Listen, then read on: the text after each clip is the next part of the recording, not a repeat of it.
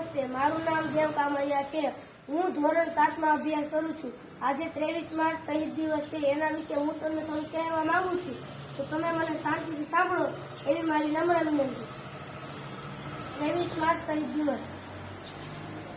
આદરણીય શિક્ષકો અને મારા વહાલા મિત્રો, આજે 23 માર્ચ છે, જેને આખો દેશ શહીદ દિવસ તરીકે ઉજવે છે. આ એક ઐતિહાસિક અને પવિત્ર દિવસ છે.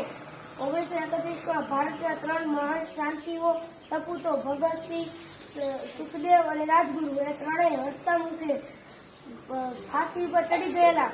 આ વીરોએ અંગ્રેજો હુકુમત સામે ડરવાને બદલે દેશ માટે બલિદાન આપવાનું પસંદ કર્યું. લાહોર સેન્ટ્રલ જેલમાં જ્યારે તેઓને ફાંસી આપવામાં આવી રહી હતી ત્યારે લાહોર સેન્ટ્રલ જેલમાં જ્યારે તેઓને ફાંસી આપવામાં આવી રહી હતી ત્યારે તેઓના મોઢા ઉપર ડર નહીં પણ દેશભક્તિમાંથી સ્મિત હતું. ભગતસિંહ હંમેશા કહેતા કે તમે માણસને મારી શકો છો પણ તેના વિચારોને નહીં.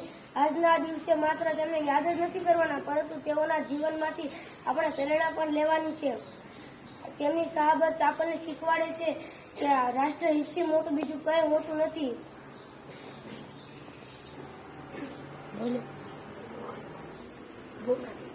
આજના દિવસે આપણે પ્રતિજ્ઞા લેવાની છે કે આપણે આપણા દેશની પ્રગતિ અને સુરક્ષા માટે હંમેશા તત્પર રહીશું.